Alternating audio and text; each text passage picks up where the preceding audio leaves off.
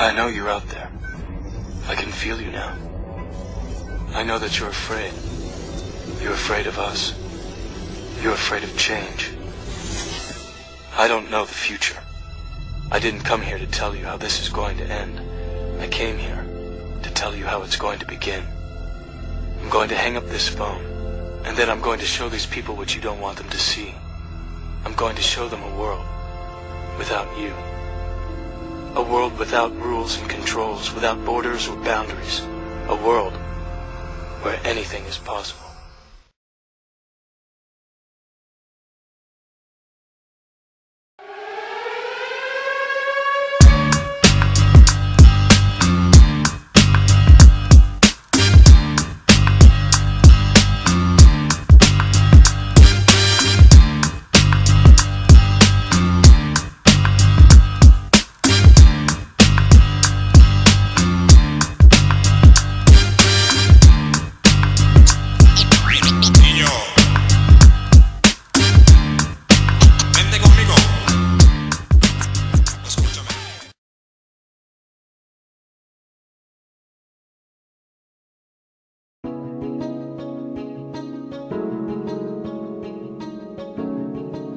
In its heyday, Coney Island prospered as a seaside resort for New Yorkers. But while some of the images remain, many others have changed. Today, Coney Island is home to one of the toughest sections of Brooklyn. It is also the place where the Marbury family dream was born.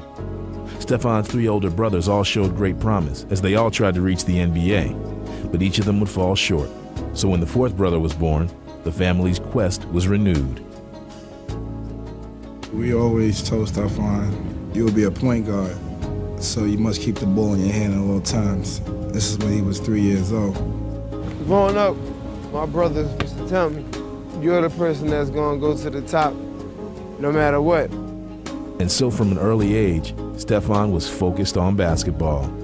In the house, in the project, Stefan used to just always act like he's shooting the ball. He'd take a coat hanger and make him a basket, and he would shoot the ball. My mom used to send me to the store.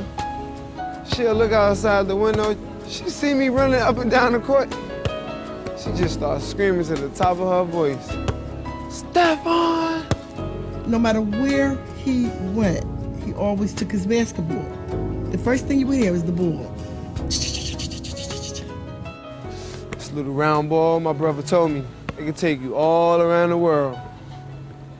This ball right here could do so many things. With his family providing constant guidance, Stefan learned not only about basketball, but also about some of the realities of life. My brother Eric, he just embedded in my mind that these streets is mean. I had impressions just trying to survive in the ghetto, you know what I'm saying? Just trying to live every day. We used to walk around with 2 bags going, ice cold sodas in bed here. Ice cold sodas. So cold it buy your fur coat. We used to do that, that's how we made money. Determined to create a better life, Stefan worked tirelessly on his game, and success soon followed. He became the first Marbury to win a city championship. Then at age 20, after just 1 year at Georgia Tech, he made the family's dream a reality.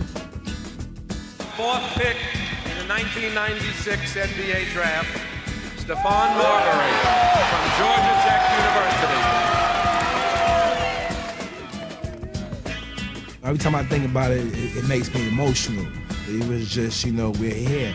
And we've been playing the game for like 24 years, chasing this dream, chasing this goal.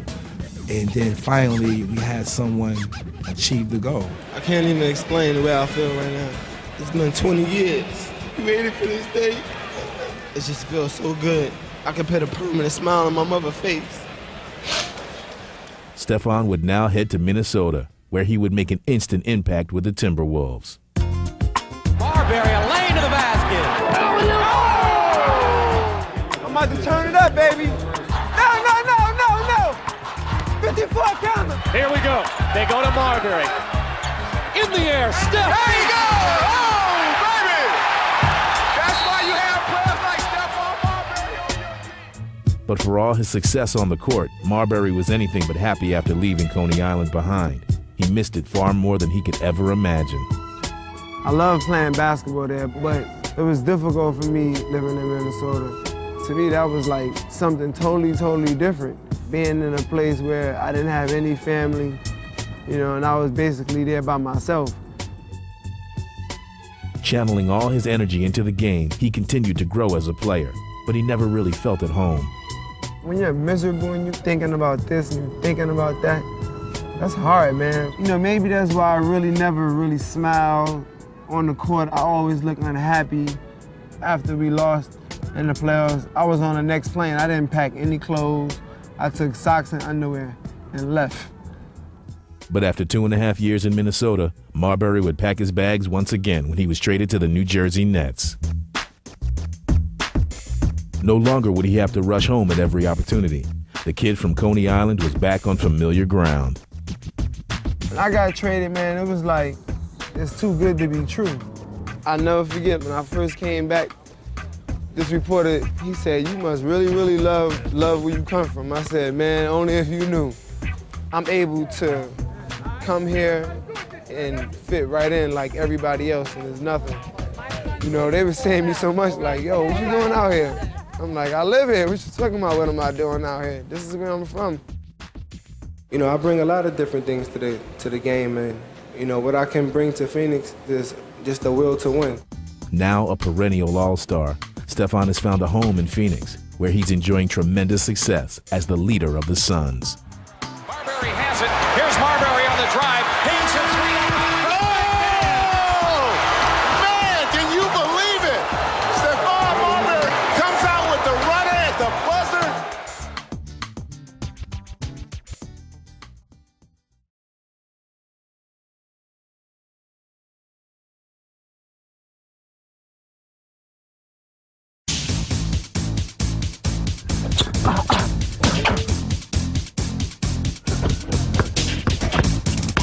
Do you want to know one of the best ways to create your shot off the dribble? Marbury on the crossover. Flip it inside. Another one of his dazzling offensive moves. What's up? I'm Stephon Marbury, and today I'm going to show you how to do the crossover dribble.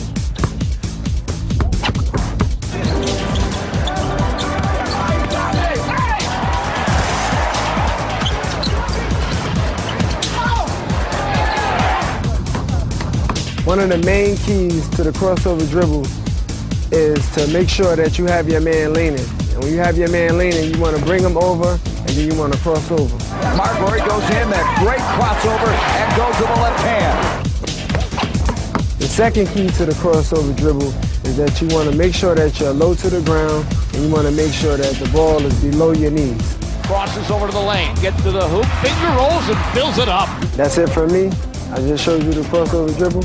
Make sure you get them leaning, and now you know. Once you get across, it's over.